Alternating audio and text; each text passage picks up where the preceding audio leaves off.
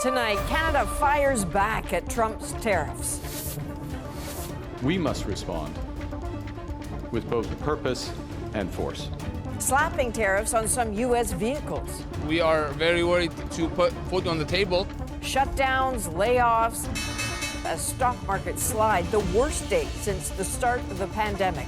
Still, Trump is unfazed. America thought it could bully its closest ally and get away with it, but that gamble just blew up the entire U.S. economy. Canada, the peaceful neighbor Washington always took for granted, has just fired back with a $30 billion retaliation that shattered Wall Street, crushed American families, and left Trump's White House scrambling in chaos. This wasn't a trade dispute. This was economic warfare, and the United States never saw it coming. That's why we're not wasting time today. We're flipping the story upside down. You're going to see from the start how Trump's reckless trade war gamble triggered America's collapse, how Canada quietly plotted revenge, how the global economy turned against the U.S., and why this might be the biggest economic disaster of the 21st century, the secret retaliation strategy. While Trump boasted about his trade war victories, Canada's leadership quietly reached their breaking point. For years, Canadian officials tried to negotiate, offering compromises to avoid economic conflict. But as the tariffs piled up, patience ran thin. Behind closed doors, Canada's government began crafting a secret strategy to retaliate, a strategy designed not to hurt Trump personally, but to bring the entire American economy to its knees.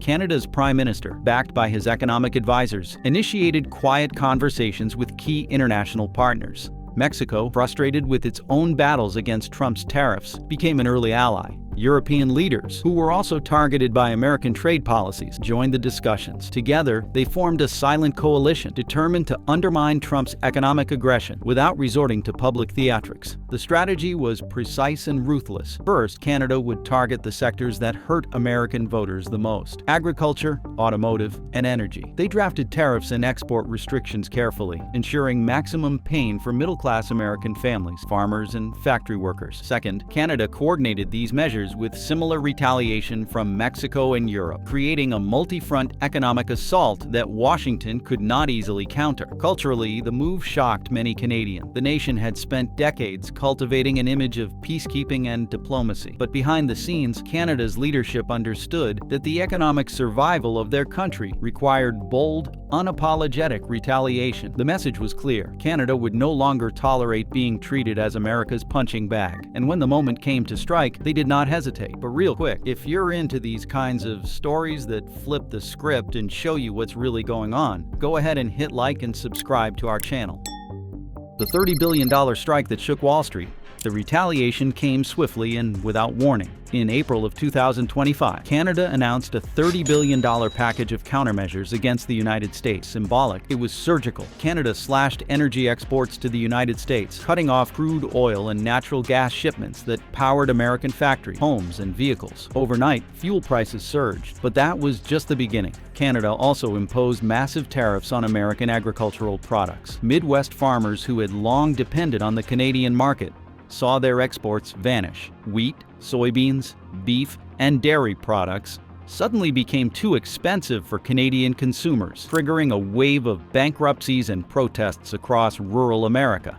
The auto industry was next. Canada targeted American-made cars with steep import tariffs, making them unaffordable for Canadian buyers. Automakers in Michigan and Ohio reported immediate losses, laying off thousands of workers within weeks. Wall Street reacted in real time. On the day Canada's retaliation package was announced, the Dow Jones Industrial Average plummeted by over 600 points. American investors, already jittery from years of trade wars and political instability, saw the writing on the wall. This was not a temporary dispute. It was economic warfare, and the United States was losing. The $30 billion strike was a masterclass in strategic retaliation. Canada hit the sectors that fueled the American economy, knowing full well that the fallout would spread far beyond steel and aluminum. And as markets crashed, the panic spread to the White House. America's market crash and Trump's White House panic. In the weeks following Canada's retaliation, the American economy entered freefall. Stock markets across the country tumbled. By mid-May of 2025, the Dow Jones had lost over 3,000 points. Investors were pulling out of American assets at a record pace, seeking stability in European and Asian markets. Inside the White House, chaos reigned. Trump's economic advisors scrambled to contain the damage, but every solution came too late. Emergency meetings with Canadian officials were met with polite but firm refusal. Canada had made its move, and there was no turning back.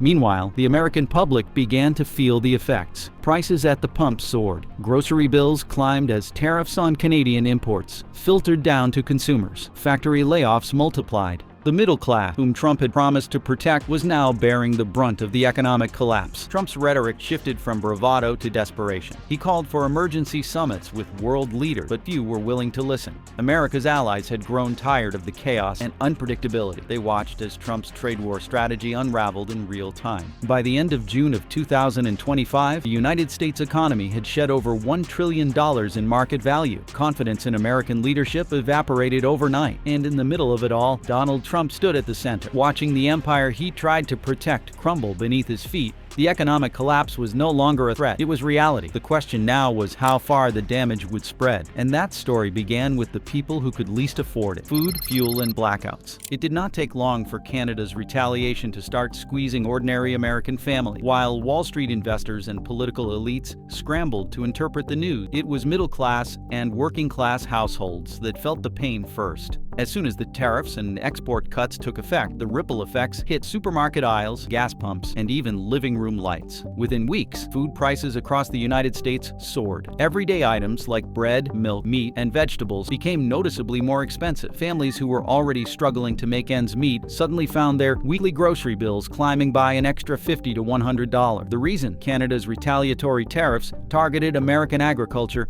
and food exports, cutting off affordable supplies. The cost of imported Canadian produce, wheat, and dairy products skyrocketed, and American farmers could not fill the gap fast enough. At the same time, fuel prices jumped by over 30%. Canada's energy cuts had a direct and brutal impact on American gas stations.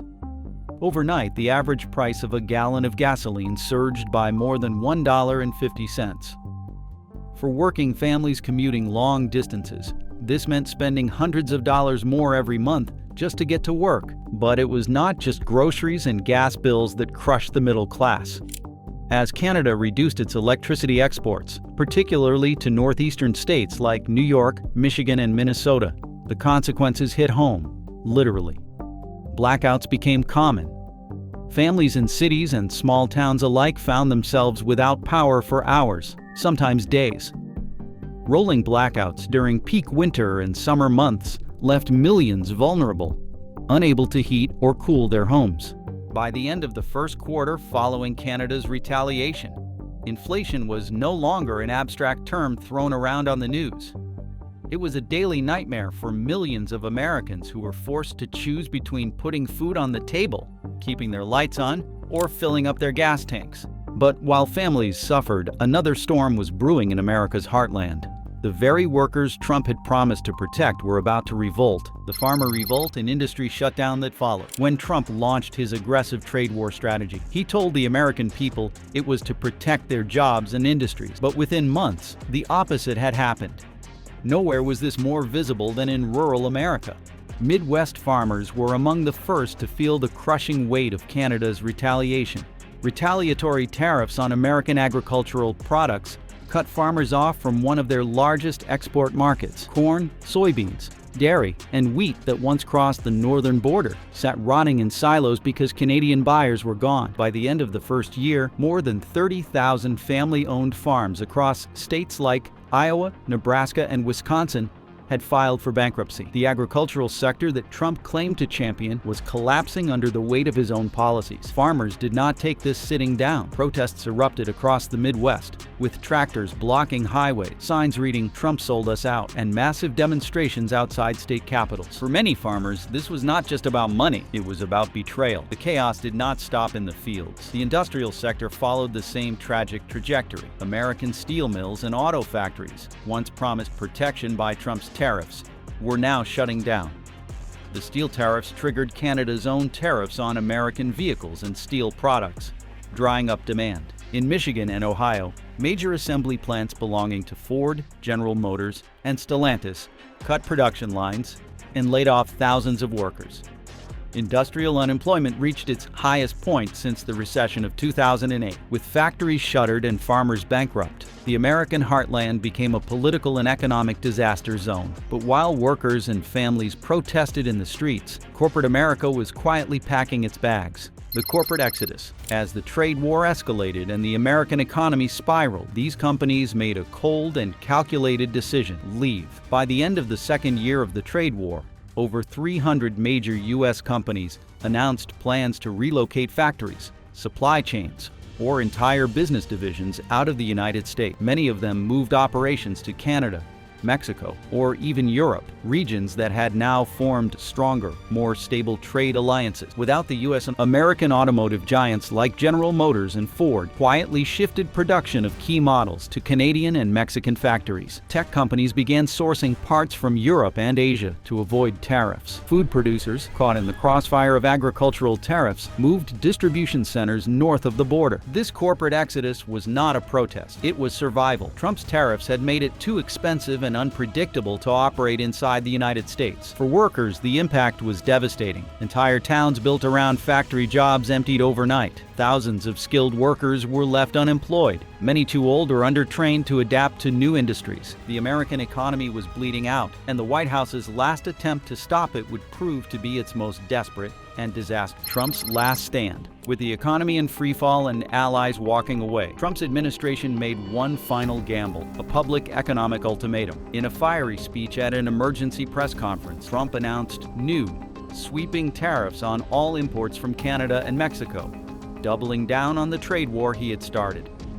He threatened to pull out of the North American trade agreement entirely if America's demands were not met. The reaction was immediate and disastrous. America's allies did not bend. Instead, they retaliated even harder. Canada expanded its tariffs to new sectors, cutting off key exports like lumber and pharmaceuticals. Mexico announced a full suspension of certain agricultural imports from the U.S. Trump's gamble was also rejected domestically. G7 leaders walked out of an emergency summit, condemning America's aggressive tactic. The stock market dropped by over 1,000 points in a single day. Major American business leaders, including CEOs from the auto and tech industries, issued public statements warning of permanent damage to the U.S. economy. Behind the scenes, Trump's own advisors urged him to reverse course. But by then, the damage was irreversible. By the end of that year, America's economy was not just bleeding, it was broken. And while Trump's administration scrambled for answers, the rest of the world was already moving on to rebuild without them. But the collapse of American power was not the end. It was only the beginning of a new global order, a trade revolution without America. While Washington burned, Canada was quietly building a new world order behind America's back. As the Trump administration waged economic warfare against its closest neighbor, Canada realized it could no longer afford to depend on a partner that treated it like an enemy. What followed was a diplomatic and trade revolution that no one in Washington saw coming. Canada had been watching the chaos unfold and made the boldest decision in its modern history to reshape its economy and global alliance. Without the United States at the center, Canada and the United States have long been economic twins, with deeply connected industries, supply chains, and trade agreements intertwining their economies. But after Trump's tariffs, Canada turned to Europe, Asia, and Latin America to diversify its trade portfolio. In 2025 alone, Canada finalized historic free trade agreements with the European Union, Japan, and Brazil. These deals slashed tariffs, opened new markets, and secured billions of dollars in exports that once flowed exclusively to the United States. Behind closed doors, Canadian diplomats were also inking energy deals with China, South Korea, and Germany. The message was clear: Canada was no longer tethered to one customer. With every new agreement signed, America's influence diminished. The final nail in the coffin came when Canada joined an economic bloc led by Europe and backed by China, a strategic partnership designed to bypass the United States entirely. The consequences were immediate. American exports to Canada plummeted. Canadian goods flowed freely across the Atlantic and Pacific. While American industries faced mounting trade barriers, Washington had pushed Canada into a corner, and Canada responded by opening every other door it could find. But Canada wasn't the only one moving in the shadows. As the smoke of Trump's trade war thickened, America's other allies were quietly plotting their own rebellion. Mexico, Europe, and China's silent rebellion. As Trump fought tooth and nail against Canada, he failed to notice that America's other trading partners were slipping away. Mexico, Europe, and China had no intention of becoming collateral damage in a tariff war they never wanted. Instead, they launched a silent rebellion that would permanently reshape the global economic order. Mexico, America's second-largest trading partner, had suffered under Trump's constant threats and tariffs. But when Canada pivoted away, Mexico wasted no time in following suit. Behind closed doors, Mexican officials renegotiated trade deals with the European Union, South Korea, and Canada itself. The United States-Mexico-Canada Agreement, once touted as a cornerstone of American economic power, became irrelevant overnight. Meanwhile, Europe was quietly tightening its economic ties with Canada and Mexico. Trump's aggressive tariff policies had alienated the European Union, forcing them to seek new partnership. France, Germany, and Spain signed a multi-billion-dollar trade pact with Canada, ensuring a steady flow of goods and services that bypassed American markets entirely. But the most dangerous player in this rebellion was China. While Trump was busy slapping tariffs on Canadian steel and dairy, Beijing was signing long-term energy and trade agreements with Ottawa. China knew that America's trade war would eventually drive its allies into its arms, and they wasted no time exploiting the opportunity. Chinese companies invested heavily in Canadian infrastructure, energy, and technology sectors, ensuring that America's closest neighbor became one of Beijing's strongest economic partners.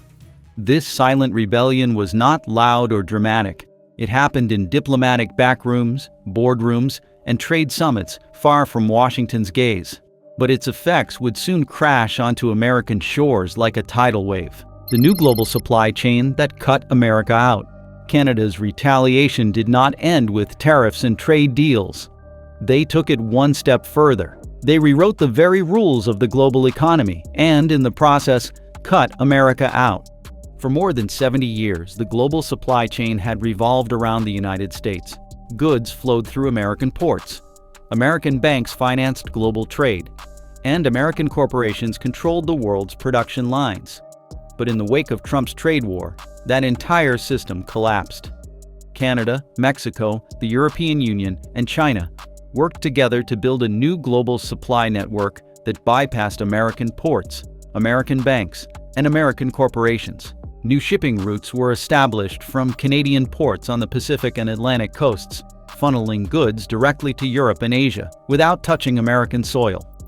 Trains and trucks once headed south were rerouted east and west. Air cargo that once passed through Chicago and Dallas now flew through Toronto and Montreal. International banks, once reliant on Wall Street, began routing payments through Toronto, Frankfurt, and Beijing.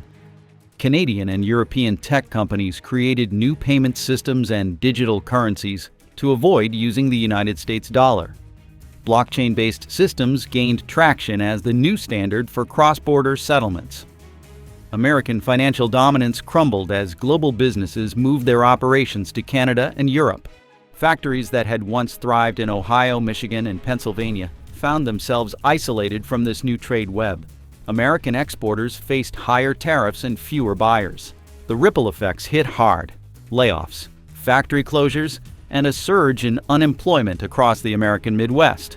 Entire towns once sustained by manufacturing were hollowed out almost overnight.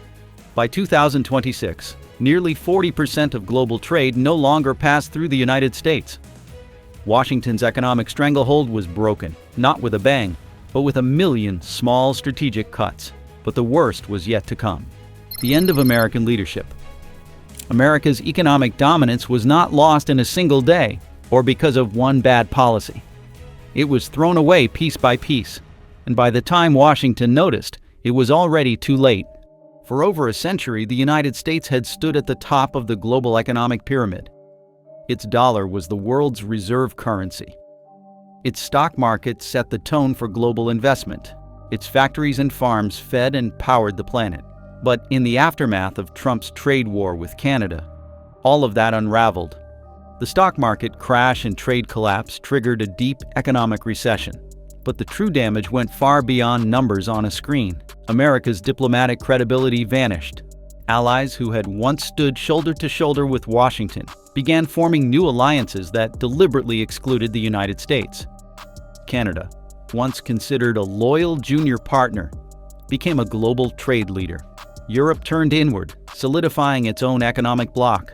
China seized the moment to expand its influence and rewrite the rules of international trade.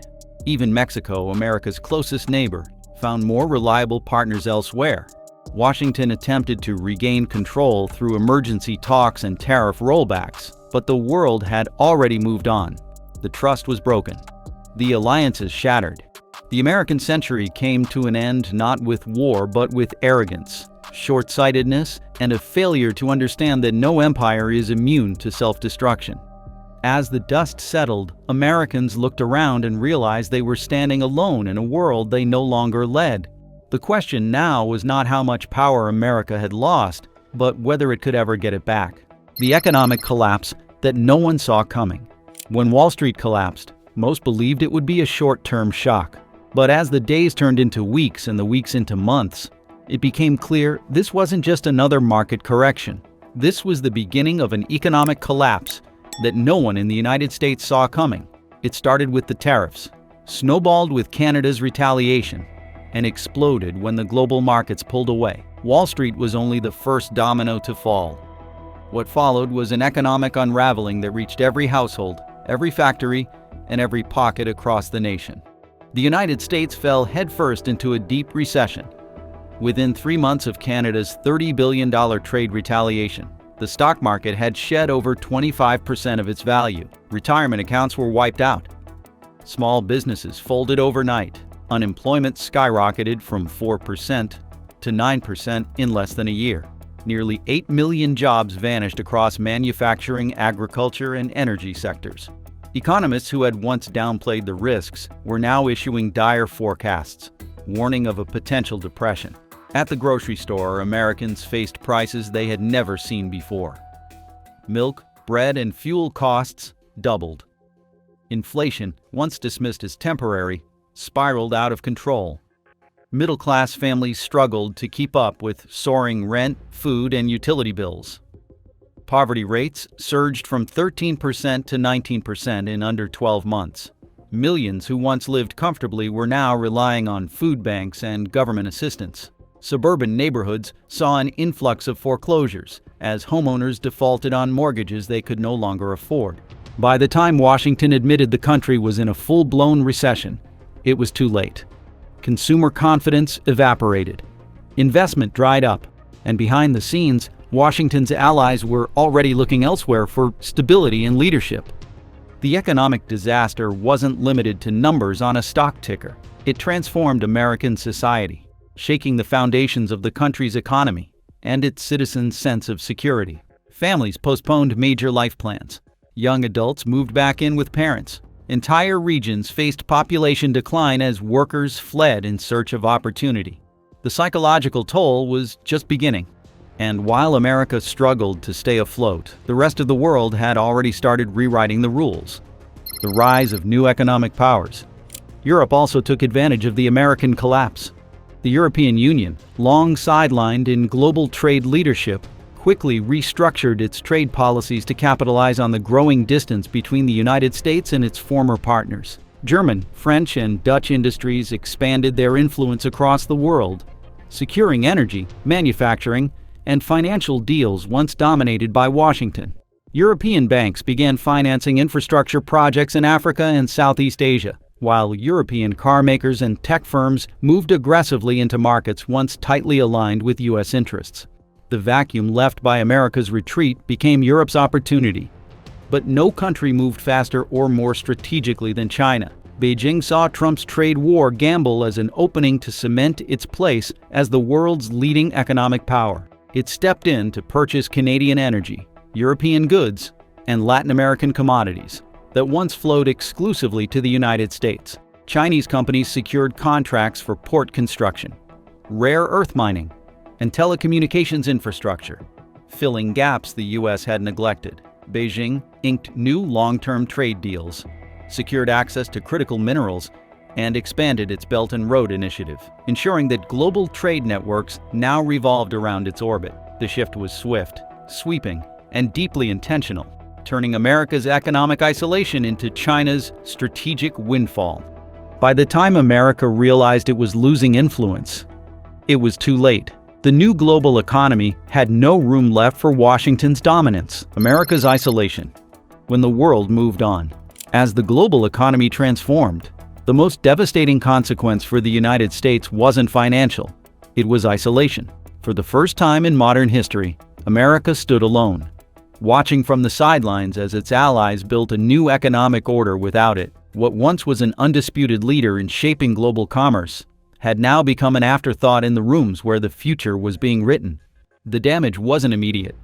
It crept in slowly, like a cold winter settling in. At first, it was the European Union, which unveiled new trade agreements with Canada and Mexico, deals that explicitly excluded the United States. The move wasn't just economic, it was symbolic. It sent a clear message. Washington no longer had a seat at the grown-ups table. Soon after, Asian economies followed suit, turning toward more reliable trade partners like China, India, and Latin American nations, who offered consistency without the political whiplash. Traditional American allies, from Germany to South Korea, quietly distanced themselves. Washington's credibility had evaporated after years of economic bullying, tariff wars, and broken promises. The chaotic, on-again, off-again approach to diplomacy had worn thin. Former partners no longer trusted the United States to provide long-term stability, and for the first time, they had viable alternatives. The ripple effects were felt in every sector. American exporters found themselves shut out of lucrative markets. The dollar's dominance in global trade, once taken for granted, began to erode under mounting international skepticism. Foreign investors began pulling their money from American banks and markets, redirecting capital toward more stable, less volatile environments. Diplomatically, the United States had become a pariah. Trade summits that once revolved around Washington now convened in Brussels, Beijing, and Ottawa. Even the United Nations began shifting its economic dialogues away from U.S. leadership. America's absence was no longer noticed. It was expected. Its influence, once so deeply ingrained in the global system, had become irrelevant through neglect and arrogance. And while American politicians continued to debate, deflect, and grandstand on television, the rest of the world had already moved on, rewriting the rules without them and not looking back. Can America recover? The collapse wasn't inevitable, but now that it had happened, the question remained: could America recover? The road ahead was bleak, and every option came with a dangerous price. Economists and policymakers alike pointed to only three paths forward, none of them easy. The first option was to rebuild broken relationships. This would mean lifting tariffs, returning to the negotiating table, and attempting to repair trade partnerships with Canada, Mexico, Europe, and China. But after years of economic aggression and political chaos, trust had been shattered. Allies would demand significant concessions, and America would have to give up the very dominance it once fought to protect. Global powers would also insist on more equitable terms, potentially forcing the U.S. to accept rules it no longer wrote. The second option was to double down on economic aggression. Some within Washington argued that the country should escalate tariffs further, increase subsidies for domestic industries, and aggressively protect American markets. But this path risked deepening the recession, driving away the few remaining investors, and turning temporary isolation into permanent economic exile. Foreign retaliation would intensify, supply chains would continue to fracture, and the dollar's global status could slip.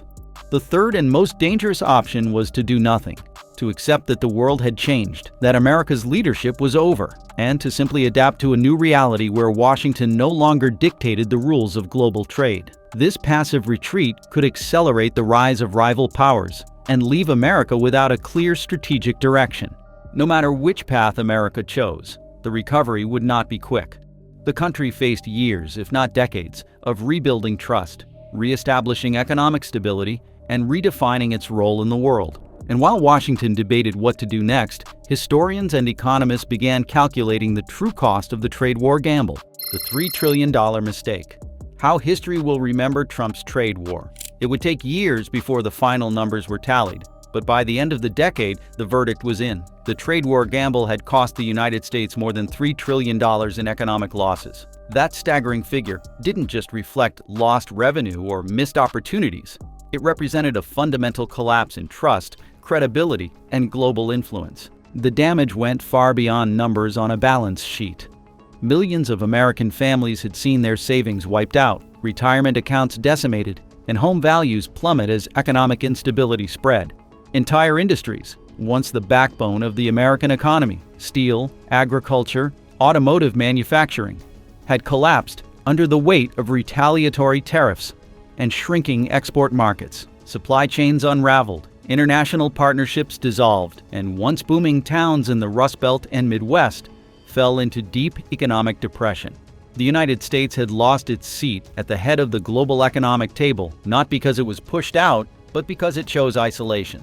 Trade experts and historians would later call it the single most expensive policy blunder in modern American history, a reckless, misguided attempt at short-term political gain that triggered a long-term economic disaster. The strategy, designed to assert dominance, instead revealed fragility. America's economic foundation, built on decades of cooperation, was dismantled in just a few years. The irony was cruel. Trump's tariffs were sold as a shield to protect American workers and industries. Instead, they became a wrecking ball, sparking a chain reaction that dismantled the very economy they were meant to defend. Job losses mounted, inflation surged, and consumer confidence vanished. In the years that followed, history books would summarize the trade war in a single brutal sentence: the day America chose tariffs over trust and lost everything. And as the world moved on, forging new alliances and systems that no longer depended on the United States, America was left to pay the price, a $3 trillion mistake that would haunt generations to come, casting a long shadow over its economic legacy. And there you have it, the full story of how a reckless trade war, a broken alliance, and a series of catastrophic decisions brought the American economy to its knees. What started as a political stunt spiraled into a $3 trillion collapse that shattered industries, crushed families, and rewired the entire global economy. America thought it could strong-arm its closest allies, but it ended up alone, isolated and desperate. But now I want to hear from you. Do you think America can recover from this economic disaster? Or is this the moment the world finally moves on without them? Drop your thoughts in the comments below. And if you want more brutal, fact-packed breakdowns of the global economic battles the mainstream media refuses to cover, hit that subscribe button and turn on the notification bell so you never miss an episode. Thanks for watching, and I will see you in the next video.